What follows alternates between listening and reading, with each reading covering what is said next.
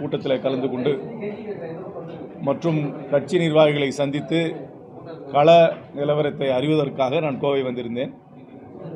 வருகின்ற சட்டமன்ற தேர்தலிலே காங்கிரஸ் கட்சி தேர்தலை சந்திக்க தயாராக இருக்கிறது என்ற நிலையை அறிந்து மிகவும் மகிழ்கிறேன். இதுக்கப்புறம் நீங்கள் கேள்விதான் வரும்.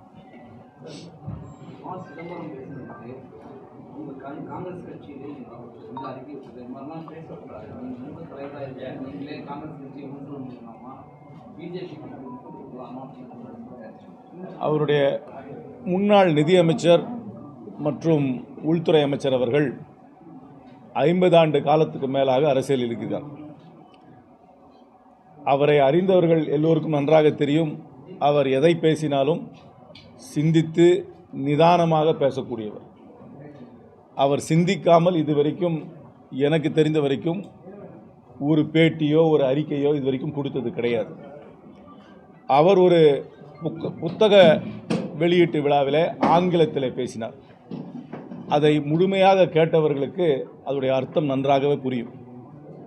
சோஷியல் மீடியாவில் வருகின்ற ஒரு ஹெட்லைனை வைத்து ஒரு உரையை முழுமையாக கேட்காமல் விமர்சனம் செய்யக்கூடாது.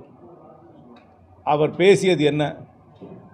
இந்திய அளவிலே இந்தியா கூட்டணி ஒற்றுமையாக இருக்கிறதா, வலிமையாக இருக்கிறதா என்று கேட்டால் வலிமையாக இல்லை, பாஜகவுக்கு நிகராக இல்லை என்ற யதார்த்த உண்மையை, கள நிலவரத்தை எடுத்து சொன்னார்.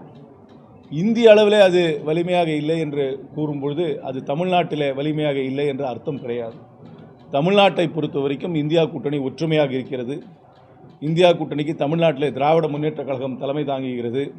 அந்த கூட்டணியிலே காங்கிரஸ் கட்சி அங்கம் வகிக்கிறது.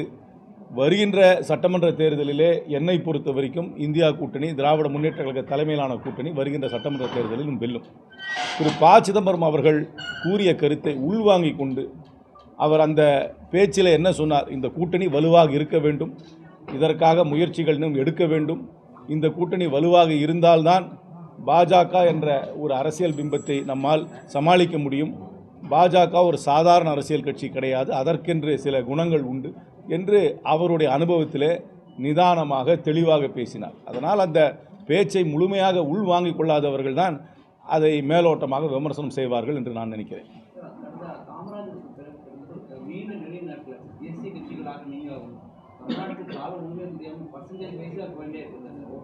நிறைய இதை நீங்கள் சொல்கிற கருத்தை நான் எப்படி மறுக்க முடியும்? 1967க்கு அப்புறம் நாங்கள் தேர்தலில் ஆட்சிக்கே இல்லை. கடைசியாக நாங்கள் ஜெயிச்ச தேர்தல் 1962, நான் பிறக்கிறதுக்கு 9 வருஷத்துக்கு முன்னாடி. அதனால் இதை ஒன்று நான் மறுக்கவே முடியாது. இதுதான் யதார்த்த ஸ்டாட்டிஸ்டிக்கல் உண்மை. இதை நான் எப்படி மறுக்க முடியும்? இதற்கு பல காரணங்கள் உண்டு. காங்கிரஸ் கட்சி ஏன் இங்கே நேரடியாக ஆட்சியில் இல்லை, ஏன் வலுவான அரசியல் கட்சியாக இல்லை என்பது பல காரணங்கள் உண்டு. அதை பற்றி பேசணும், நீங்கள் எனக்கு தனியாக ஒரு பேட்டி எடுக்கணும், நான் நீண்ட உரை கொடுக்கணும். அதுக்கப்புறம் அப்படி சொன்ன மாதிரி நிறைய பேர் என்ன விமர்சனமும் செய்வாங்க.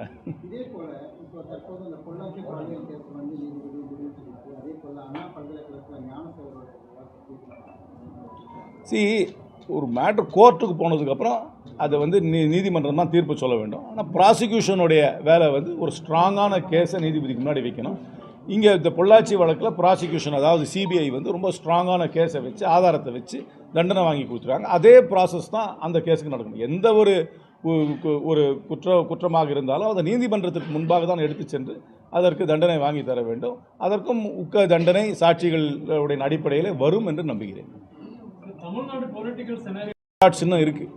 இந்தியா கூட்டணி ஒற்றுமையாக இருக்கிறது, வலிமையாக இருக்கிறது. அதனால் இந்த கூட்டணியில் எந்த விதமான ஒரு சப்ட்ராக்ஷனோ எந்த விதமான ப்ராப்ளமும் இருக்காது என்று நான் முழுமையாக நம்புகிறேன். எதிரணியில் இருக்கிற மெயினான கூட்டணி அண்ணா திராவிட முன்னேற்ற கழக கூட்டணி. அண்ணா திராவிட முன்னேற்ற கழகத்தை நான் என்றுமே குறைச்சி மதிப்பிட்டது கிடையாது. அது பெரிய கட்சி.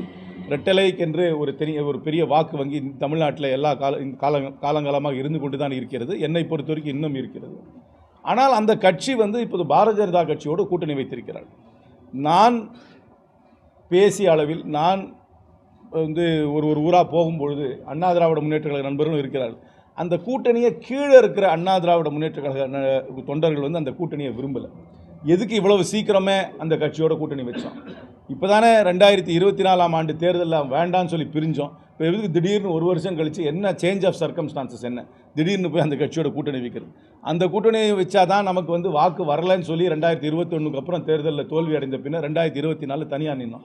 2025 அதாவது ஒரு வருஷம் கூட நான் ஆகலை, இன்னும் ஒரு வருஷம் ஆகிறதுக்கு முன்னாடி எதுக்கு மீண்டும் அவங்க கூட போய் கூட்டணி வச்சோன்றது ஒரு கேள்வி கேட்குறாங்க. அது நியாயமான கேள்வி. அவர்கள் அந்த கூட்டணியை விரும்பவில்லை. அதனால் இது வந்து ஒரு வில்லிங் ஹாப்பி கூட்டணியாக நான் அண்ணா திராவிட முன்னேற்ற கூட்டணியை பார்க்கல. அதே நேரத்தில் அண்ணா திராவிட முன்னேற்றம் பெரிய கட்சி என்பதை ஏற்றுக்கொள்கிறேன். அதற்கப்புறம் புதிதாக துவங்கப்பட்ட அரசியல் கட்சி அவரோட நிலைப்பாடு என்னவாக இருக்குன்னு தெரியல. அவங்க தனித்து போட்டிடுவார்களா இல்லை எங்கேயாவது ஒரு அணியில் போய் சேருவார்களா என்று எனக்கு தெரியவில்லை. அவர்களுக்கு என்று ஒரு எனர்ஜி இருக்கிறது. புதிதாக துவங்கப்பட்ட நடிகர் விஜயோட கட்சி ஒரு எனர்ஜி இருக்குன்றதை முழுமையாக நான் ஏற்றுக்கிறேன், நான் இல்லைன்னே சொல்லலை. ஆனால் அந்த எனர்ஜி வந்து ஒரு வடிவமாக உருவமாக ஒரு ஆக்கப்பூர்வமான அரசியல் கட்சியாக மாறி அது தேர்தலை சந்தித்து தேர்தலில் வாக்குகளை எந்த அளவுக்கு வாங்கும்னு எனக்கு சொல்ல தெரியல. நேற்று கூட ஒரு சர்வே பார்த்தேன், ஆனால் அந்த சர்வே இன்னும் வெளியே வரல. அதனால் அந்த சர்வேயோட ரிசல்ட்டை நான் சொல்கிறது தார்மீகமாக இருக்காது. அதில் வந்து இன்னும் அதில் நான் எதிர்பார்த்த மாதிரி தான் இருக்குது அந்த சர்வே ரிசல்ட்ஸ். ஆனால் இன்னும் நிறைய மூவிங் பார்ட்ஸ் இருக்குது. இதெல்லாம் கொஞ்சம் செட்டில் ஆன அப்புறம் தான் தெளிவாக தெரியும். இப்போ கூட பாமக எந்த நிலையை எடுக்க போகிறாங்கன்னு தெரியல. அவங்க ஒரு மாநாடு நடத்தியிருக்கிறாங்க, அவங்க சமுதாய ரீதியாக ஒரு மாநாடு நடத்தியிருக்காங்க. அப்புறம் அந்த கட்சிக்குள்ளேயே நிறைய கான்ட்ரடிக்ஷன்ஸ் இருக்குது. அதனால் நிறைய மூவிங் பார்ட்ஸ் இருக்குது. இன்னும் செட்டில் ஆகலை.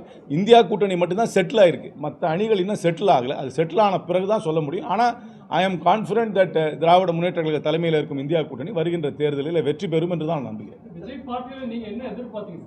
இல்லை, எனக்கு ஒன்றும் எதிர்பார்ப்பே இல்லையே. என்ன நான் வந்து என்னுடைய எதிர்பார்த்த மாதிரியே அந்த சர்வே ரிசல்ட் இருக்குது. அந்த சர்வே ரிசல்ட் தான் வரப்போகுது. அதனால் அந்த சர்வே ரிசல்ட்டை நான் சொல்கிறது நியாயமாக இருக்காது. ஏன்னா ஜேவிசி ஸ்ரீராமும் அவர் எடுத்திருக்கிற சர்வே வந்து 24ஆம் தேதிக்கு மேலே வரப்போகுது. அது வரும்போது நான் எதிர்பார்த்த மாதிரி தான் இருக்குது. சரி, அதனால் சொல்கிறேனே, ஒரு பொலிட்டிக்கல் ஃபார்மேஷன் அவரோட எந்தூசியாசத்தை வச்சு மட்டுமே அது வந்து ஒரு வாக்கு வங்கியாக மாறும்னு சொல்ல முடியாது. ஏன்னா அதுக்குன்னு ஒரு அமைப்பு வேண்டும். ஏன்னா ஒரு அமைப்பு இருக்கணும், ஃபார்ம் இருக்கணும், ஸ்ட்ரக்சர் இருக்கணும். அதுக்கப்புறம் அது வந்து கண்டினியூஸாக கிரவுண்டில் வந்து ப்ரெசண்ட்டாக இருக்கணும். அதுக்கப்புறம் அந்த கட்சி வந்து எல்லா விஷயங்களை பற்றியும் தங்களோட நிலைப்பாட்டை சொல்லணும். இன்னும் அந்த நிலைக்கு அந்த கட்சி வரலை. இன்னும் வரும் மாதங்களிலே அவர்கள் அந்த நிலைக்கு வரலாம். ஆனால் இன்னும் அது வராத நிலையில் இப்போ போய் என்னால் வந்து தெளிவாக அவர்களை பற்றி ஒன்றும் சொல்ல முடியல. அது அவர்கள் என்ன நிலை எடுக்க போகிறாங்களோ எனக்கு தெரியல. அவங்க போய் ஏதாவது அவர் அணியில் சேர போகிறாங்களா, தனியாக நிற்க போகிறாங்களா, தனியாக நின்னால் எந்த அளவுக்கு வாக்கு வாங்குவாங்க, அந்த வாக்கு வாங்கினா யாருடைய வாக்கு வாங்க இருக்கிறது 100 வாக்கு தானே, இந்த 100க்குள்ளே தானே எல்லாருமே அடங்கணும். அந்த 100ல் யாருடைய வாக்கு அவங்க வாங்க போகிறாங்களா எனக்கு இன்னும் சொல்ல தெரியல. எனக்கென்று ஒரு சில ஹேஷியங்கள் இருக்குது. அந்த ஹேஷியங்கள் படி தான் அந்த கருத்து கணிப்பு இருந்து அந்த கருத்து கணிப்பு வெளியே வரும்னு எனக்கு தெரியும் இன்னும் ஒரு வாரத்தில்.